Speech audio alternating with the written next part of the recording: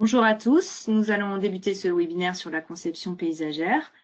Avant d'aborder le sujet qui nous intéresse aujourd'hui, je vous rappelle que ce webinaire vous est proposé en exclusivité par Keox, le portail qui permet d'accéder à la réglementation et aux normes indispensables aux professionnels du bâtiment. Le site propose également des analyses des meilleurs experts publiées dans les 5 classeurs à mise à jour et dans la revue bimestrielle Complément technique. Les abonnés reçoivent par ailleurs toutes les 2 semaines une newsletter reprenant les actualités parues sur le site. Aujourd'hui, nous avons le plaisir de recevoir Emmanuelle Caillard. Vous êtes paysagiste conceptrice, diplômée de l'école de paysage Agro Campus Ouest d'Angers. Vous avez exercé dans plusieurs agences de paysage avant de créer en 2008 l'Atelier des Aménités, qui est un bureau d'études au service des collectivités avec une approche très respectueuse des lieux et des acteurs de chaque projet. Vous êtes également très impliquée dans l'enseignement du paysage. Vous avez publié l'ouvrage Lire et concevoir un paysage avec Franck Jo aux éditions du Moniteur. Et nous allons nous appuyer aujourd'hui sur cet ouvrage pour aborder la notion complexe de paysage et les qualités attendues d'un projet paysager. Vous évoquerez l'importance de savoir lire les paysages qui nous entourent et de connaître les repères culturels partagés autour du paysage pour pouvoir proposer un projet de qualité et appropriable par ses usagers. Vous nous expliquerez également comment le projet paysager s'articule à la démarche de développement durable et quels sont les points d'attention d'un projet éco-responsable. Je vous rappelle que vous pouvez à tout moment poser vos questions via la boîte de dialogue ouverte sur la droite de votre écran, comme nous allons le voir à l'écran. Voilà. Madame Caillard, je vous donne la parole. Merci, bien bonjour à tous. Donc nous allons effectivement parler paysage pendant les quelques temps que nous allons passer ensemble. La conception paysagère, elle fait appel à de multiples compétences dans les domaines du sensible, de la créativité, mais aussi de la technique. Et pour aborder ce sujet, je vous propose d'avancer par étapes en répondant à différentes questions. Tout d'abord, en termes de définition, on va se demander qu'est-ce qu'un paysage. Ensuite, on va s'intéresser à la lecture sensible et cognitive du paysage, sur laquelle intervient le paysagiste, en s'interrogeant sur les spécificités de cette lecture et des analyses qui en découlent. Viendra ensuite le temps de la conception proprement dite, où là, le paysagiste, crayon ou souris en main, va commencer à se projeter dans un aménagement. Et là, on s'interrogera sur les qualités attendues de son travail, sur les éléments de vérification, les éléments d'appropriation de la démarche de conception proprement dite. Et enfin, on abordera l'éco-conception en se posant la question de ses objectifs et des leviers qui permettent aujourd'hui d'agir dans le domaine environnemental. Donc tout d'abord, qu'est-ce qu'un paysage? On a une définition depuis le 20 octobre 2000 du paysage, une définition institutionnelle qui a été donnée par la Convention européenne et qui nous dit que le paysage est une partie de territoire telle que perçue par les populations, dont le caractère résulte de l'action de facteurs naturels et ou humains et de leurs interrelations. C'est une définition qui a le mérite d'exister de manière institutionnelle, sachant que bien évidemment le paysage a existé avant cette définition. On peut se demander si finalement le paysage tel qu'on l'entend aujourd'hui a-t-il toujours existé? Est-ce que cette conscience paysagère a toujours existé? Est-ce que le concept même de paysage est contemporain ou plus ancien? Alors, d'après Augustin Berck, ce paysage, cette notion-là, serait né au IVe siècle en Chine, de l'amalgame des mots shan et shui, le san shui évoquant la montagne et le torrent, mais également l'assemblage, la composition de ces deux éléments, avec quelque chose de plus que la juxtaposition de la montagne et du torrent. Ce qu'il y a en plus, c'est la sensibilité émotionnelle de ce dialogue, et c'est là qu'est apparue finalement toute cette dimension sensible du paysage et cette notion, ce concept même de paysage. On peut quand même se poser la question de ce qui se passait avant du IVe siècle. Est-ce qu'il n'y avait pas quand même une perception émotionnelle face au territoire, que ce soit l'Antiquité, qui a été quand même très riche en matière de paysage, voire même jusqu'à la préhistoire? Que sait-on finalement de l'art pariétal et de ce qu'il a pu chercher à transmettre à travers les représentations? On a donc une définition institutionnelle. Cependant, le paysage reste assez pluriel dans sa perception. C'est une notion qui est assez complexe à définir. On peut se demander si les espaces urbains qui sont densément construits sont véritablement des paysages aux yeux de tous. Est-ce qu'il y a des paysages en dehors de la perception visuelle? Paysages sonores, paysages olfactifs, paysages spirituels? Quelle est véritablement, et partage-t-on la même définition du paysage? Si on remonte un peu dans le temps, en Occident, on peut constater dans un premier temps que le paysage a d'abord été un tableau. C'est ainsi qu'il a été défini dans les dictionnaires. Le paysage, mot commun entre les peintres, disait le dictionnaire de Robert Estienne, ou encore paysage signifie aussi un tableau qui représente un paysage, qui nous vient du dictionnaire universel. Donc effectivement, le paysage a été avant tout mêlé et très étroitement associé à la peinture. C'est d'ailleurs assez passionnant de retracer tout le chemin qu'a suivi ce paysage dans la peinture. La place qu'il a occupée a vraiment, au fil du temps, exprimé très clairement les différents courants culturels et également toutes les avancées scientifiques, toutes les découvertes qui se sont succédées. On peut prendre quelques exemples. Paysage très réaliste, très soumis à la rigueur de la perspective dans les Védoutés au XVIIe siècle. C'est l'image que vous avez sur votre gauche. Qui correspond à la période où la perspective a été véritablement travaillée et codifiée d'un point de vue scientifique. Paysage évidemment beaucoup plus poétique, beaucoup plus sentimental quand on est avancé vers le XVIIIe puis le XIXe siècle, comme l'atteste le tableau que vous avez sur votre droite cette fois. On a ensuite vu apparaître la lumière avec la recherche de la vibration de la lumière chez les impressionnistes, l'émotion pure, lorsque le paysage est véritablement devenu un sujet émotionnel à part entière dans les peintures abstraites. Donc on a véritablement une suite et une appropriation du paysage par les artistes peintres dans la façon de le représenter, qui s'est nourrie de l'évolution finalement du contexte et des différentes approches à la fois scientifiques ou humanistes qui ont pu venir au fil du temps dans nos sociétés. Exactement de la même manière, l'art des jardins s'est également imprimé de ces évolutions. Le jardin, à la base, c'est l'idée du paradis. Donc, il va évidemment différer, cette notion de paradis va différer selon les lieux, selon les époques. Le jardin va donc évoluer au gré des aspirations, des besoins, mais aussi des maîtrises techniques. Et comme dans la peinture, on y verra apparaître la maîtrise de la perspective, la recherche des émotions. Donc, la perspective, évidemment, on pense au jardin à la française, au jardin formel, comme ceux du jardin de Versailles que vous avez sur l'image centrale, par exemple. Et puis la recherche d'émotions, l'humanisme, le caractère plus romantique qui va apparaître par la suite avec les jardins dits à l'anglaise, comme vous le retrouvez sur la diapositive, sur la photographie de droite. Et puis on arrive au XXe siècle avec un éclectisme qui caractérise cette période et qui va vraiment marquer un lien entre jardin et paysage très diversifié. Aujourd'hui, on a des notions de paysage, de jardin, d'environnement, de nature qui sont finalement très perméables les unes aux autres, qui vont engendrer des réalisations très polymorphes et qu'on va bien entendu avoir loisir de pouvoir à la fois observer et travailler dans toute leur diversité, à la fois en lecture et donc en conception également des paysages. Ce XXIe siècle très éclectique, il s'est nourri d'enjeux bien spécifiques, ou en tout cas d'un enjeu bien particulier qui est l'environnement et l'écologie. Le paysage est devenu à part entière éco-paysage à notre époque. Peut-être on peut souligner que dans cette approche, le paysagiste Gilles Clément, qui a joué un rôle vraiment important dans ces notions en apportant 3 concepts qu'il a développés, le jardin en mouvement, le tiers paysage et le jardin planétaire, que vous connaissez certainement et qui ont été à l'origine d'une divulgation et d'une valorisation intéressante de cette notion d'éco-paysage. Donc aujourd'hui, on en est un petit peu là, j'ai envie de dire. Après, on peut s'interroger sur le paysage de demain. Finalement, quel sera notre paradis demain et quelles seront les influences qui vont venir faire évoluer nos paysages? On peut s'interroger sur la place de l'intelligence artificielle ou sur l'évolution, en tout cas, que cette discipline pourra apporter dans l'art des jardins. L'explosion du schéma familial qui va certainement modifier aussi notre rapport au jardin et au paysage en général. La lutte contre le réchauffement climatique, les populations qui peuvent possiblement se déplacer, soit pour des raisons politiques ou climatiques, et qui vont bien sûr emmener avec elles leur savoir-faire, leur culture, et donc apporter une mixité et un brassage assez intéressant au niveau de l'art des jardins ou de l'appropriation du paysage. Donc finalement, tout est encore à inventer.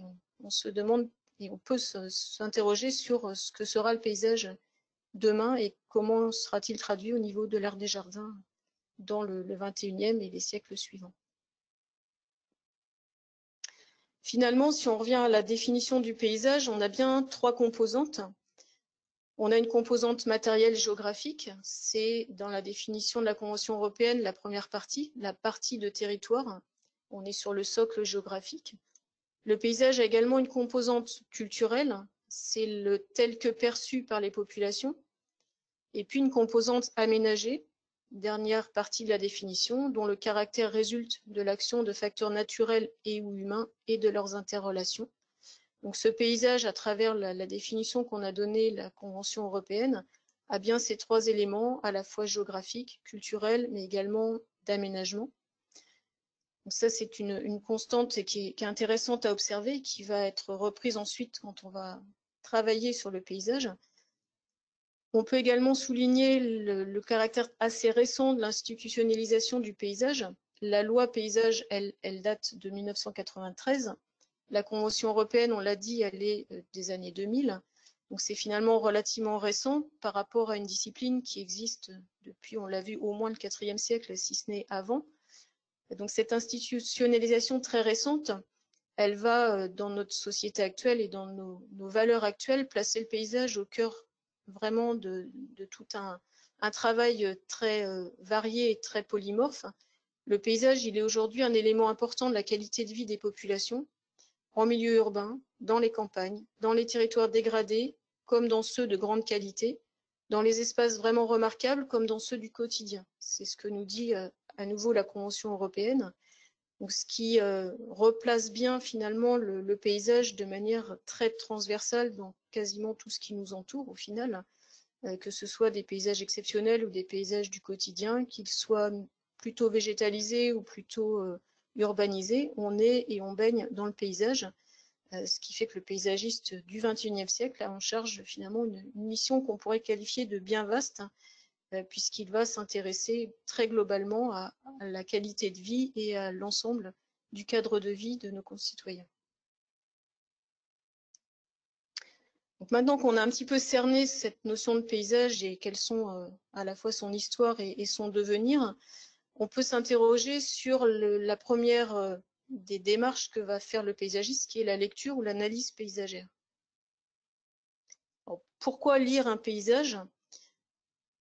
Cette lecture, ça peut être déjà une finalité en soi. On va demander à un paysagiste de partager son analyse simplement pour connaître un lieu, pour mieux le comprendre, pour pouvoir avoir un socle commun et une interprétation qui pourra être partagée.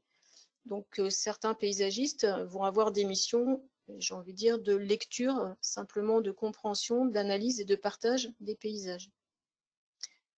Cette lecture, elle peut être non pas une fin en soi, mais un préalable notamment pour intervenir sur le territoire. C'est une question de compréhension, de respect d'un lieu avant de se permettre, j'ai envie de dire, de commencer à le modifier à travers un aménagement. Donc c'est un temps d'observation qui va permettre d'éclairer, mais aussi de justifier beaucoup des choix du projet qui seront faits ultérieurement. Donc c'est fait véritablement partie de la première étape dans le travail d'aménageur, de prendre ce temps d'observation, ce temps d'analyse et ce temps de compréhension du territoire sur lequel on va travailler. Et puis c'est un travail du quotidien, j'ai envie de dire, pour le paysagiste, puisque à travers cette lecture, tous les regards qu'il va porter autour de lui, il va affûter un peu ses armes, il va de mieux en mieux comprendre la relation qu'il y a entre la composition, c'est-à-dire l'organisation des éléments du paysage, et les ambiances qui s'en dégagent. Cette maîtrise du lien entre composition et ambiance, c'est vraiment l'essence même de la conception. C'est ce qui va caractériser peut-être le mieux le métier de paysagiste, d'arriver à faire le lien entre l'organisation des éléments du paysage et le ressenti, les ambiances qui vont s'en dégager. Donc, cette lecture, elle a deux dimensions. Une dimension objective, c'est la partie de territoire, le socle géographique, quelle que soit la personne, quel que soit l'observateur, le territoire reste tel qu'il est. Donc on a une partie qui est relativement neutre, j'ai envie de dire, et qui en tout cas a cette dimension très objective.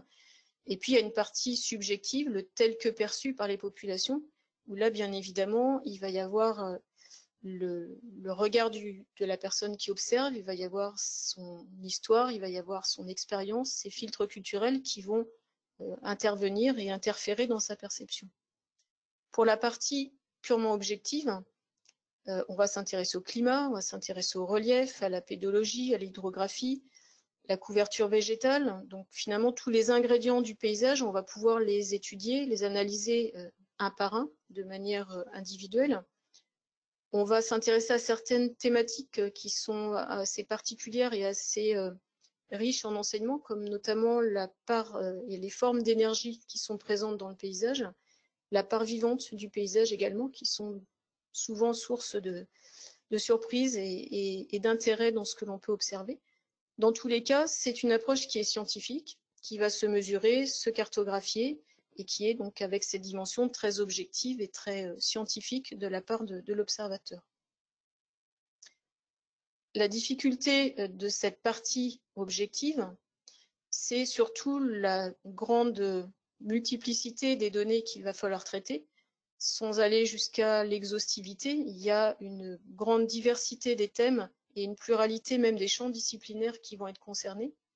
J'en ai cité quelques-uns. Je pense que même si la liste est un petit peu longue et fait un peu liste à l'après-vert, c'est intéressant quand même d'aller au bout de cette liste, parce qu'effectivement, un paysagiste qui va chercher à comprendre un territoire, il va falloir qu'il s'intéresse à la climatologie, il va falloir qu'il s'intéresse à la géographie, à la pédologie, donc la science du sol, à la géologie, à l'agronomie, à l'hydrologie, pour comprendre le cheminement de l'eau et la place de l'eau dans le territoire, à l'urbanisme, à l'écologie, à la botanique, à l'architecture, la sociologie, l'économie, l'entomologie, surtout en écopaysage, l'environnement, l'anthropologie, la foresterie, pourquoi pas, l'agriculture dans tous les paysages hors agglomération, et encore aujourd'hui en agglomération d'ailleurs avec l'agriculture urbaine, le tourisme. Donc on voit que finalement les champs disciplinaires sont extrêmement nombreux. Alors, évidemment, le paysagiste ne sera jamais spécialiste de tous ces domaines, il n'en a de toute façon pas du tout la vocation et la prétention. Par contre, il doit avoir une compréhension un peu transversale de tous ces domaines pour sentir s'il y a des enjeux particuliers et si c'est le cas, aller justement faire appel à des spécialistes de chacun de ces domaines, et puis pour pouvoir aussi faire du lien entre ces éléments et chercher à comprendre les relations et les interrelations entre les approches spécifiques à toutes ces disciplines. Donc le paysagiste finalement est un petit peu l'homme orchestre, hein, c'est ce qui illustre le dessin, en faisant une lecture assez globale, assez transversale et surtout très interdisciplinaire. Pour la part subjective de la lecture, là la complexité, c'est évidemment d'avoir une forme de neutralité et de ne pas être complètement influencé par ses propres filtres culturels et de perception. On va être dans cette notion de lecture sensible. Les émotions qui sont ressenties et la capacité à exprimer ces émotions, c'est véritablement la particularité du paysagiste. On va aller souvent dans une équipe chercher un paysagiste pour apporter ce regard sensible et cette perception sensitive du lieu. Pour donner un tout petit peu de caractère plus objectif à cette lecture qui est très subjective, le paysagiste, il va essayer de décortiquer, il va essayer de décomposer le paysage pour comprendre son fonctionnement et son agencement. Donc, il va chercher à décomposer l'image qu'il a sous les yeux en différents éléments. Donc, il va s'intéresser au plan, il va s'intéresser aux lignes, il va s'intéresser aux points, il va s'intéresser à certaines mises en scène spécifiques des éléments qui composent le paysage. Et si on regarde bien, finalement, on voit que c'est beaucoup une question de regard. Donc, il va chercher en fait à bien comprendre ce qui va guider le regard dans le paysage. Les plans, on va sauter d'un plan à l'autre. L'œil va sauter d'un plan à l'autre. C'est ce qui va nous donner une profondeur dans le paysage. Les lignes, c'est ce qui va très clairement guider le regard vers certains éléments ou ce qui va conduire notre regard dans le paysage. Les points, qu'ils soient à la croisée des lignes ou qu'ils soient complètement indépendants de ces lignes, ce sont généralement des éléments qui vont attirer le regard, voire qui vont vraiment fixer et poser le regard à certains endroits du paysage. Donc on pense bien sûr au point focal, point d'appel, tous ces éléments qui vont interpeller l'observateur. Et puis dans les mises en scène spécifiques, on va citer les effets d'encadrement, les épaulements, les symétries, les rythmes. Donc le regard du paysagiste, il va avoir vraiment pour objet d'essayer de décortiquer la manière dont sont agencés les éléments qui composent, de manière à retravailler cette composition, ce qu'on retrouvera également dans la peinture, où les peintres vont également composer les tableaux, chercher la mise en scène la plus appropriée pour exprimer certaines émotions. Si on regarde les deux images que vous avez à l'écran, vous avez peu ou prou des composants relativement identiques dans les deux photos. Donc, plus ou moins identiques, ça veut dire qu'on a des floraisons un peu équivalentes, des taches de couleur du même style, un peu de verticalité, quelques végétaux taillés, un petit peu de pavage, quelques éléments un petit peu plus fastigiés. Donc, on a presque un peu les mêmes ingrédients, j'ai envie de dire. Dans la photographie de gauche, on a une composition qui est très rythmée, très géométrique, très ordonnée, classique dans sa configuration, qui va dégager une ambiance, une impression bien spécifique. Les mêmes composants organisés complètement différemment sur la photographie de droite vont clairement dégager une ambiance qui sera elle aussi complètement différente. Donc le regard sensible du paysagiste et l'analyse par rapport à la composition du paysage, ça va être de chercher à comprendre l'organisation, les clés de répartition de ces éléments et de faire le lien avec les ambiances qui en découlent. Donc on a parlé cheminement du regard, les lignes, etc. Il y a également la question de la couleur qui va intervenir dans cette lecture sensible, la question des textures, la question des formes que l'on va essayer de qualifier ou d'interroger en termes d'harmonie ou de contraste. On a sur ces deux photographies des exemples assez spécifiques de paysages où la couleur joue un rôle important, où la texture est importante, où les harmonies sont également assez importantes. Sur celle de droite, on va aussi retrouver la question des plans qui va marquer la profondeur de ce paysage. Donc finalement, lire un paysage, c'est chercher à identifier ce qui, dans l'image, dans le tableau qu'on a sous les yeux, ou dans la réalité que l'on regarde, va permettre de trouver les clés de composition les plus évidentes et les plus fortes et faire le lien avec les ambiances qui en découlent. Il y a également une notion dans cette lecture qui est celle de l'échelle. On va jauger l'échelle du paysage, l'échelle du lieu, et on va confronter cette échelle à celle de l'utilisateur. C'est là aussi un élément assez important pour le paysagiste, cette notion d'échelle. Ça mérite qu'on s'y attarde un petit peu. On va bien sûr penser à l'échelle en termes de dimension, l'échelle d'un lieu, donc la dimension du lieu et sa taille.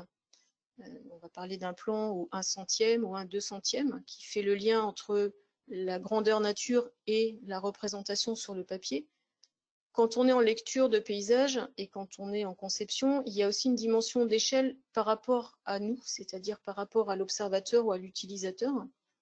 On va parler de petite échelle quand on est à une petite dimension. Ça veut dire qu'en tant qu'être humain, on va se sentir dans un environnement relativement confortable et assez petit ou adapté en tout cas à notre dimension. Et puis on va parler de grande échelle, d'échelle territoriale ou encore d'échelle monumentale lorsqu'on va travailler ou être face à un paysage beaucoup plus vaste. Donc c'est bien une question de dimension, cette fois pas par rapport à la réalité mais par rapport à soi-même. Et puis, ce n'est pas qu'une question de dimension, c'est aussi une question de richesse et de finesse d'écriture du paysage. On voit par exemple que sur la photographie de droite, où on est sur un paysage à petite échelle, qui est proportionné presque, j'ai envie de dire, à l'échelle de la poule, qui est sur cette circulation, on a un paysage donc, qui est effectivement un peu miniaturisé, un peu petit, mais ce qui en fait aussi la caractéristique, c'est la richesse de détails. C'est le fait qu'il n'y ait que des végétaux différents les uns des autres, des variations de couleurs. Tous ces petits détails et cette finesse, cette dentelle d'écriture du paysage, c'est ça qui va nous donner aussi la petite échelle. Donc, en gros, ce que je veux dire par là, c'est qu'il ne suffit pas d'augmenter ou de réduire un paysage comme si on le faisait à une photocopieuse pour passer d'une petite à une grande échelle. Il y a aussi la finesse d'écriture, la richesse du détail, la variation qu'on va apporter qui va nous permettre de jouer avec ces différentes perceptions d'échelle. Comme on parle perception, il y a un élément qui va modifier notre vision du détail, c'est la vitesse. On n'aura évidemment pas du tout la même vitesse si l'on parcourt un paysage à pied ou si on le parcourt en voiture ou dans un train, comme sur l'image ici. Plus la vitesse est importante, plus le détail s'estompe, donc plus l'échelle augmente. Ça veut dire que si on veut créer certains effets, alors que l'on va avoir un paysage qui est perçu avec une vitesse relativement importante, il va falloir maximiser ces effets pour qu'ils puissent apparaître à l'œil de l'observateur. Ça veut dire en clair, sur une autoroute, si l'on voulait avoir un effet, par exemple sur un massif où on aurait une rayure, enfin, des végétaux qui feraient des rayures jaunes, rouges alternées, si l'on alterne un rang de plantation rouge avec un rang de plantation jaune, etc., en passant à 130 km/h devant, on verra en fait une masse relativement orangée. Pour adapter notre paysage à l'échelle et à l'échelle liée à la vitesse, on va être obligé de travailler sur des grandes masses rouges, puis des grandes masses jaunes, puis des grandes masses rouges, pour que le percepteur retrouve cette notion de rayure.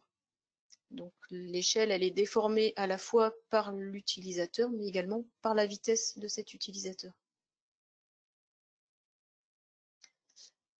La lecture, on a parlé beaucoup du regard, c'est, je pense évidemment, peut-être le sens le plus évident en termes de perception de paysage, mais il ne faut pas oublier que tous les sens sont bien sûr mobilisés. Là aussi, le paysagiste, il doit travailler l'ensemble de ses sens. Le paysage, il est sonore, il est olfactif, il est tactile, il est gustatif. On ne peut pas imaginer le paysage de la place du marché sans les odeurs et sans les bruits. On ne peut pas imaginer la marina sans le cri des mouettes ou sans les bruits des drisses. Donc on est bien sur un paysage qui doit imprégner l'observateur par ses 5 sens. Donc, dans sa restitution et dans sa lecture, le paysagiste va évidemment là aussi traduire l'ensemble des sens qui sont mobilisés.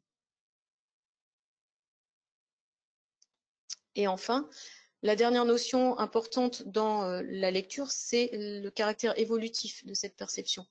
Il y a des changements de lumière, de saison, mais il y a aussi des évolutions dans le temps, avec des évolutions qui peuvent prendre plusieurs années et qui sont le fruit potentiellement soit des équilibres naturels, soit de l'interférence avec l'activité humaine. Donc on a bien cette évolution qui est à prendre en compte. C'est d'ailleurs ce qui correspond à la dernière partie de la définition du paysage. Le caractère résulte de l'action des facteurs naturels et ou humains dans leurs interrelations. Donc lire le paysage, c'est bien évidemment chercher à comprendre ces facteurs et chercher à comprendre l'évolution de ces paysages. Finalement, on va aboutir à des ressentis. Cette composition va nous donner un certain nombre de ressentis. Et le rôle du paysagiste va être de mettre des mots sur ces sensations, de comprendre les évocations, d'identifier la part culturelle et finalement de raconter le paysage qu'il a sous les yeux. Pour raconter cette histoire, le paysagiste va faire appel à une notion qui est celle d'unité visuelle ou d'unité paysagère. Chaque unité va désigner une partie de territoire qui va partager des traits communs, sans forcément être rigoureusement identiques. Les codes visuels, les ambiances, les traits dominants vont être assez proches pour que cette partie territoire appartienne à la même famille. Et donc finalement, analyser un paysage, ça va correspondre à dresser une carte de ces unités visuelles, faire apparaître un patchwork pour caractériser l'organisation des paysages. C'est ce qu'on va retrouver au cœur des documents que sont les atlas des paysages, qui sont des grands observatoires du paysage et des documents de lecture et d'analyse à l'échelle départementale puis régionale plus récemment. Et au cœur de tous ces documents qui correspondent à l'application un peu de tout ce que je viens de vous raconter, on va retrouver justement des cartes d'unités paysagères, des cartes d'unités visuelles qui vont exprimer la variation, la diversité des paysages, ici par exemple sur le département du Finistère, à travers ces unités visuelles, ces unités paysagères qui elles-mêmes vont être décrites et expliquées en termes de composants, de composition, d'organisation visuelle et de ressenti. Une fois que cette lecture est faite, le paysagiste va pouvoir passer à la pratique et à la partie conceptuelle, donc commencer à travailler. Pour aborder ce volet, on s'est simplement posé la question, et assez basiquement finalement, qu'est-ce qu'un bon projet? Les réponses sur lesquelles on s'est arrêté, c'est un bon projet, c'est le projet qui est adapté à son environnement. Je vais pas revenir là-dessus, ça découle évidemment de la compréhension de cet environnement, ça on vient d'en parler. Un bon aménagement, il doit être fonctionnel, ça veut dire pratique à vivre, sûr, adapté aux utilisateurs. Un bon aménagement, c'est aussi un aménagement qui est évidemment agréable à l'œil, esthétique, équilibré. Et là, on va retrouver la notion de composition. Et puis, le dernier point, c'est qu'un aménagement intéressant, c'est souvent un aménagement qui a une personnalité, qui va créer de l'émotion, qui va transporter, qui va raconter une histoire. Donc, on va successivement voir ces 3 derniers points. Le paysage fonctionnel, évidemment, tous les aménagements doivent être fonctionnels, puisqu'ils doivent tous répondre à une certaine demande, à une certaine fonction. Certains sont créés avant tout avec cet objectif. On peut prendre l'exemple des remembrements, qui sont des paysages qui ont été conçus, qui ont découlé d'une réflexion avant tout fonctionnelle, puisqu'il s'agissait de rectifier, de redresser, d'adapter le territoire agricole, de rendre le paysage évidemment plus fonctionnel et plus à même à être utilisé par les engins contemporains en agriculture. Donc c'est bien une finalité fonctionnelle qui est à l'origine de ce paysage que l'on a aujourd'hui sous les yeux. Les paysages de rizière, même chose. Si on a ce paysage en terrasse, comme vous retrouvez sur l'image de gauche, c'est évidemment à la base pour des raisons de fonctionnalité et pour faciliter l'accès et la culture sur des plateaux horizontaux qu'a été mis en place ce paysage qui prend aujourd'hui une valeur patrimoniale en tant que telle, hein, très forte, mais qui à l'origine avait une visée éminemment fonctionnelle. Donc, ce caractère pratique à utiliser, le paysagiste va pouvoir le tester en utilisant un outil qui s'appelle le schéma de fonctionnement. Et dans la démarche de conception, on va à un moment donné travailler sur une réflexion sur le caractère fonctionnel de l'aménagement qu'on propose. Donc ici, à l'échelle d'un jardin, par exemple, on va tester des hypothèses d'organisation. Ça va nous permettre de décider, d'argumenter les choix retenus sur la disposition des différents éléments, définir et imaginer une façon de vivre dans le lieu, s'obliger aussi, en travaillant spécifiquement ce point, à peut-être aller au-delà de ses premiers réflexes dans l'organisation du lieu, envisager plusieurs scénarios, émettre des hypothèses et finalement travailler de manière assez spécifique en le partageant éventuellement avec le commanditaire, la partie vraiment fonctionnelle, organisationnelle du projet. Pour la partie plus esthétique, j'ai envie de dire, la composition, là aussi, tous les projets, bien évidemment, doivent avoir cette dimension esthétique. Certains vont être plus appréciés que d'autres ou vont faire passer plus en avant la dimension de composition. Je prends l'exemple des jardins françaises de la Renaissance qui sont justement qualifiés de jardins formels parce que l'élément fort et la première chose peut-être qui a été mise en place dans la conception de ces espaces, c'est le caractère formel, la composition, les clés de composition, la rigueur dans la disposition des éléments qui a été voulu. Donc les proportions, les formes, les lignes sont positionnées de façon très stricte, quitte à rendre l'espace un petit peu moins fonctionnel à certains endroits.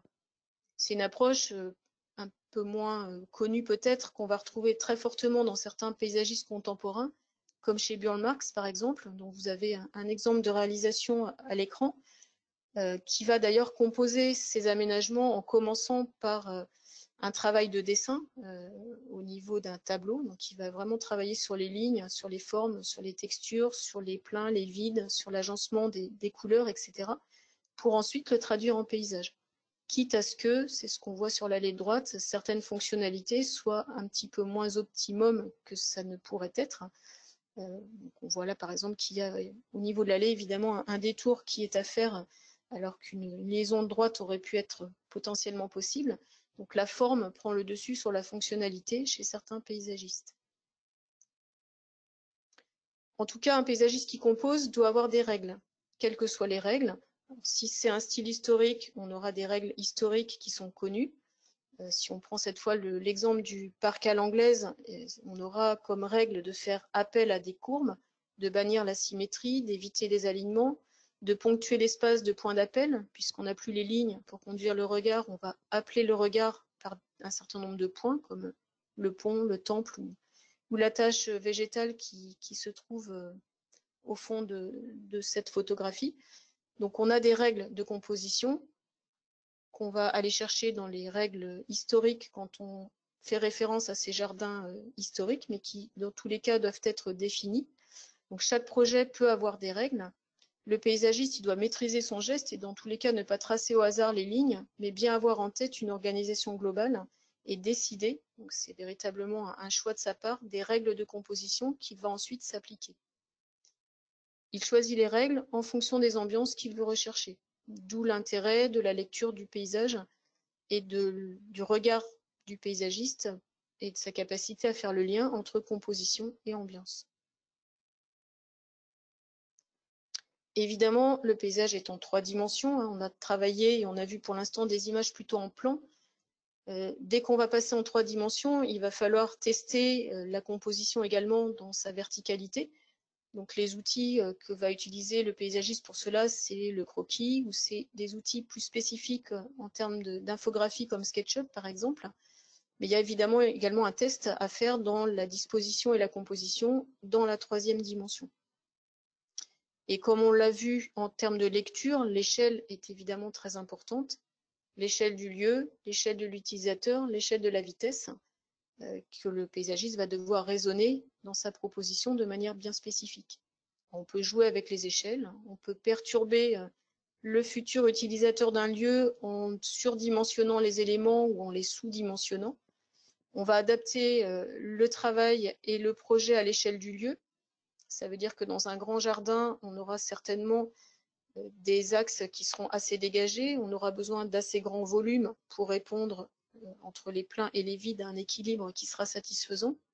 Mais si ce grand jardin de 10 000 m² avec ses gros bosquets et ses assez grandes perspectives, il n'est utilisé que par 1 ou 2 personnes, il faudra aussi retrouver des lieux à une échelle plus individuelle. Donc, il va falloir vraiment que le paysagiste se questionne sur les échelles au fur et à mesure de l'avancement de son travail pour répondre à celle du lieu, à celle de l'utilisateur, potentiellement aussi à celle de la vitesse.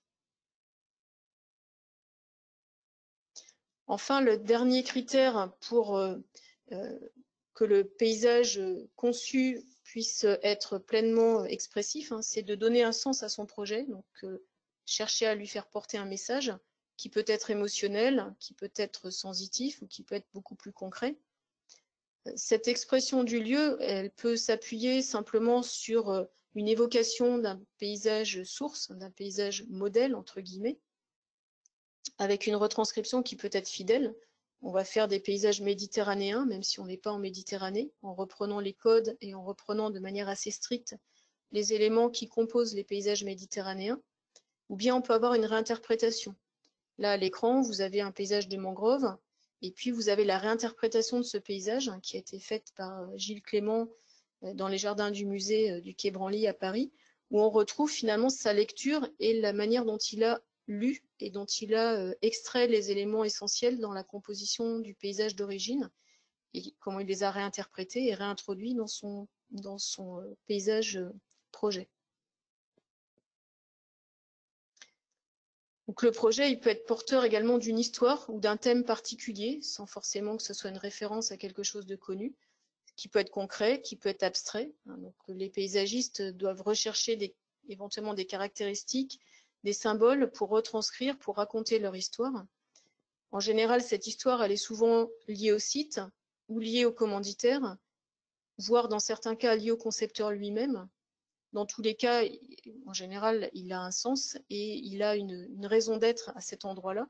C'est aussi un des rôles d'ailleurs de la lecture du paysage que d'aller chercher les éléments qui permettent d'appuyer ou de justifier cette notion d'histoire qu'on appelle aussi le parti d'aménagement. Et donc il s'agit d'un lien et d'un lien qui va être intéressant pour vraiment donner une cohérence d'ensemble au projet.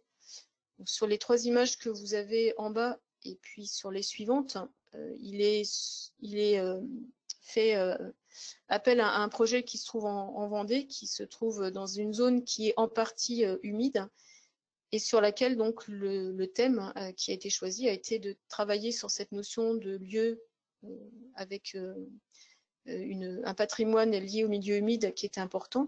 Le thème de la salamandre a émergé.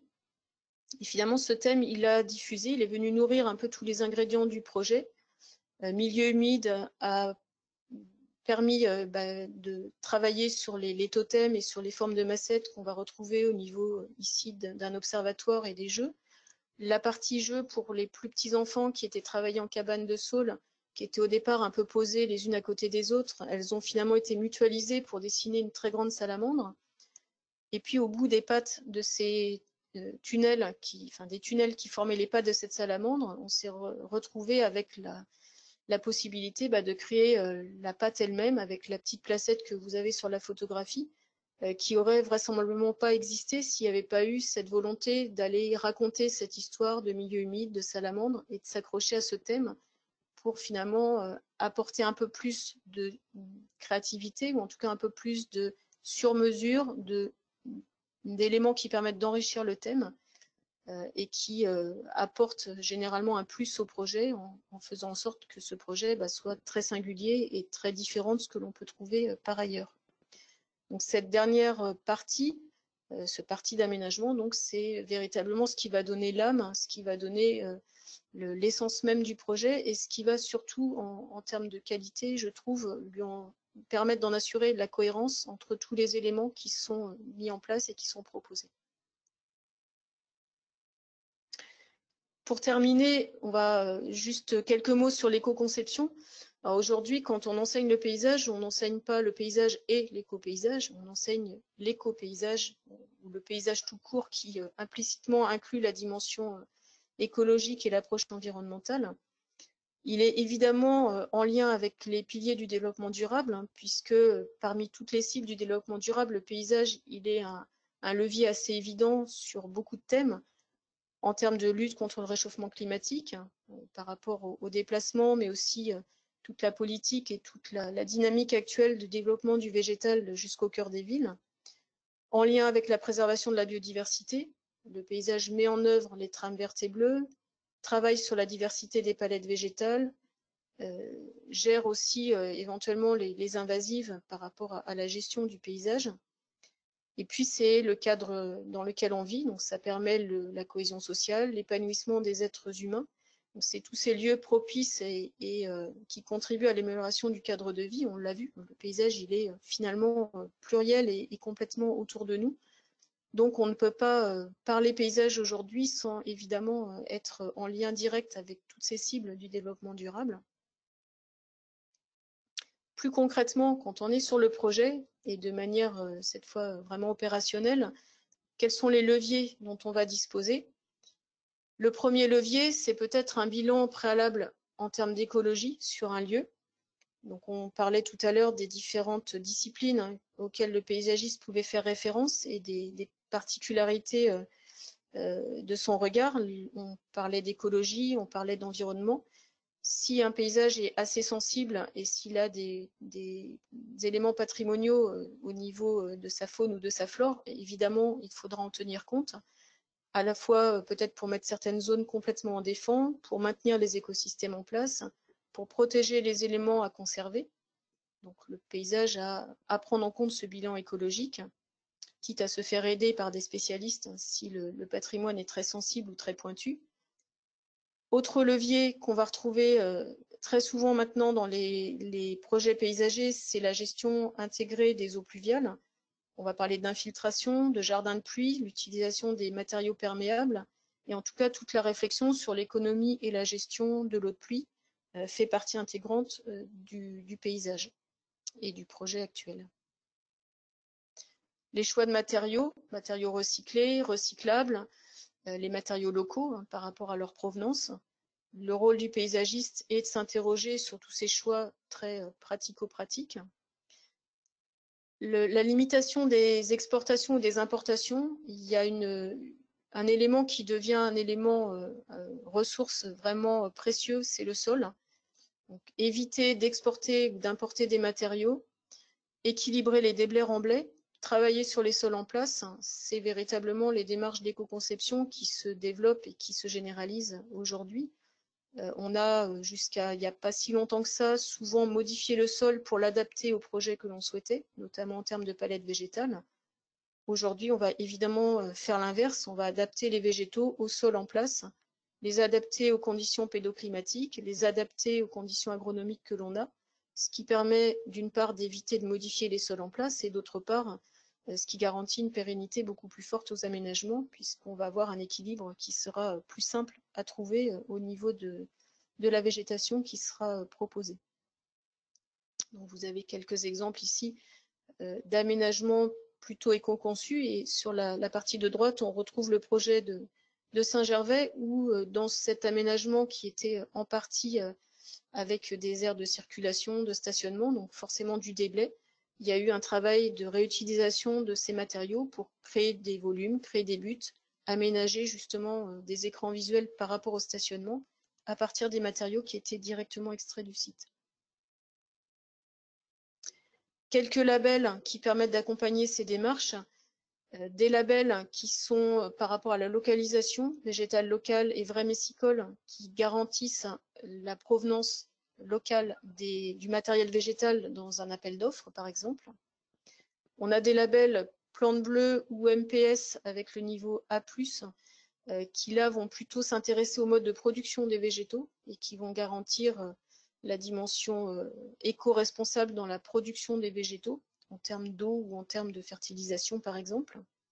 Le label rouge, qui est un label qui est intéressant pour les végétaux et je pense notamment aussi aux semences en enherbement, qui vont garantir des prestations de bonne qualité et cohérentes par rapport aux attentes environnementales actuelles.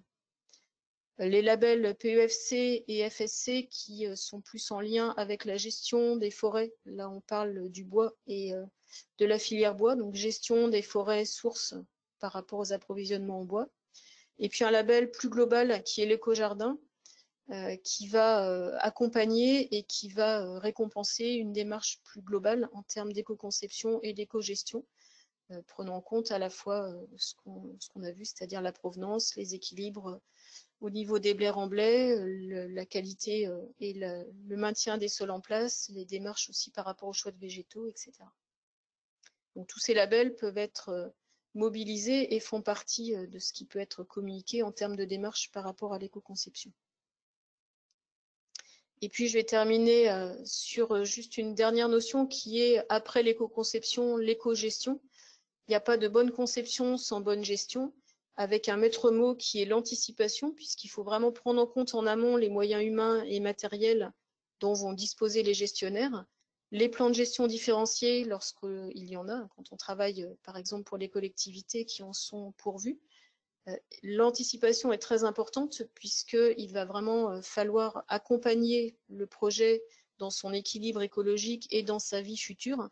Et donc, bien entendu, adapter le projet aux moyens ou adapter les moyens au projet. En tout cas, anticiper la mise en relation. Et pour cette adaptation, une des clés, c'est véritablement la communication à toutes les étapes du projet entre le concepteur et l'entreprise qui va mettre en œuvre, entre l'entreprise et le gestionnaire si ce ne sont pas les mêmes, et entre ces différents acteurs et les utilisateurs du lieu. On s'aperçoit quand même aujourd'hui qu'il y a encore beaucoup trop souvent des ruptures dans cette chaîne de communication qui vont engendrer finalement des dysfonctionnements et puis des pertes de qualité au niveau de la gestion et de l'évolution des espaces qui sont aménagés. Enfin, dans la partie gestion, un des axes qui va être développé, c'est la valorisation de ce que l'on n'appelle plus justement des déchets d'entretien, mais bien des ressources. Donc l'éco-conception et l'éco-gestion va jusqu'à la réutilisation et la réflexion sur comment produire moins et comment valoriser toutes ces ressources. Alors valorisation, on pense au compost, à la méthanisation ou au broyage, mais c'est aussi aller assez loin dans ces dimensions-là, c'est-à-dire essayer d'utiliser directement sur place, d'éviter d'exporter et de travailler le plus possible en circuit fermé, de manière à avoir une connaissance et une mainmise, je dirais, sur la gestion à l'échelle même du site, pour éviter d'exporter ne serait-ce que de la matière première et de la matière organique, tout simplement en dehors du site. Avec la dimension mise en scène qui est importante pour communiquer, pour valoriser, pour expliquer la gestion qui peut être proposée, de manière à ce qu'elle participe véritablement au paysage qui est créé. Donc voilà, on a fait un tour relativement long, je dirais, en termes de champs explorés et assez vaste, sans bien entendu avoir pu approfondir toutes ces notions. Je vous remercie de m'avoir écouté et puis je reste à votre écoute pour les questions que vous pourriez avoir sur cet exposé. Merci à vous. Merci beaucoup pour votre présentation. Je vous invite donc à poser vos questions dès maintenant avec le dispositif que vous retrouverez à l'écran. Si vous pouvez afficher, Emmanuel, la diapositive suivante qui montre le dispositif pour poser les questions. Voilà, et donc nous reviendrons dans quelques instants pour répondre aux questions que vous aurez posées. Merci.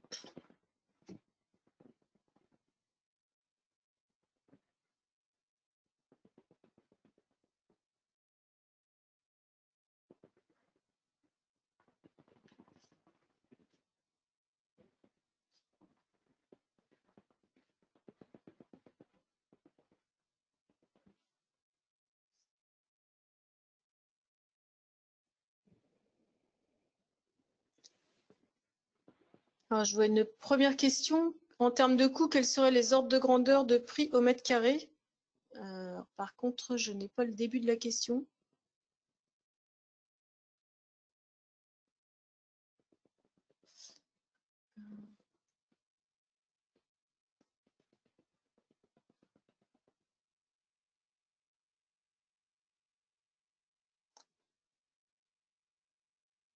Alors, si la personne peut Alors, éventuellement préciser. Emmanuel, Christophe, c'est le début de la question, hein. La question est ainsi formulée et notre En termes de participant vient de nous repréciser que c'était la question qu'il posait.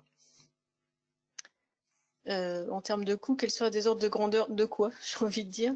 C'est relativement peu précis en termes d'objets. Sinon, autre question, comment appréhender le paysage plus spécifiquement urbain, celui des grandes villes dans les projets de logement actuels? J'ai envie de dire, la démarche est exactement la même, hein. On va avoir une approche qui sera à la fois objective, où on va s'intéresser à l'organisation des paysages de manière assez factuelle. On va chercher, par exemple, aussi l'historique de l'organisation. On va souvent faire appel à des recherches au niveau des anciennes photographies ou des anciens plans, comme par exemple les fonds cadastraux de l'époque napoléonienne, qui sont souvent des aides assez précieuses pour comprendre l'origine des noyaux urbains, les organisations de départ, je dirais, des centres urbains. Donc, appréhender le paysage spécifiquement urbain, ça va suivre les mêmes démarches aussi en termes de lecture de lieux. On va lire également les matériaux, les couleurs, les rythmes, les verticalités, les horizontalités, les échelles, toutes ces dimensions de compréhension de la composition seront exactement utilisées de la même manière au niveau des villes.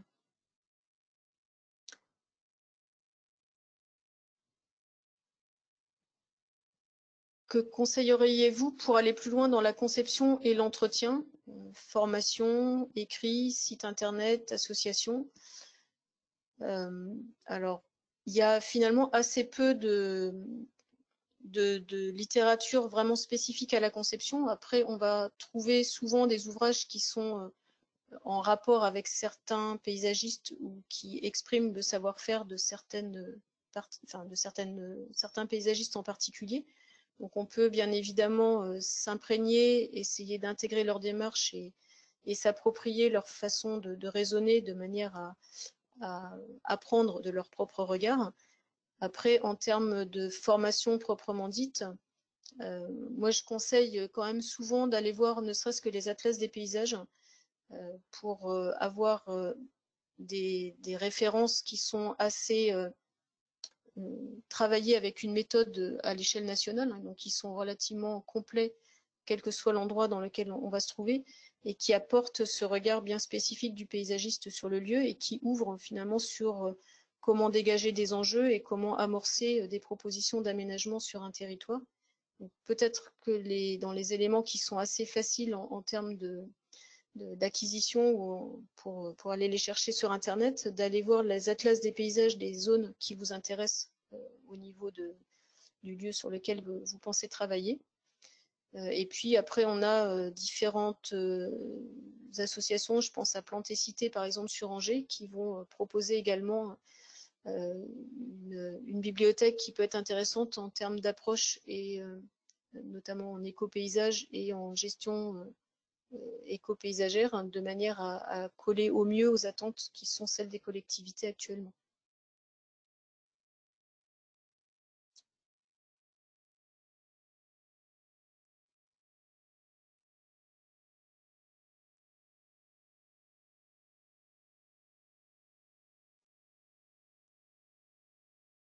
Nous n'avons pas d'autres questions. Donc, merci beaucoup pour vos réponses et merci à tous pour votre participation au webinaire.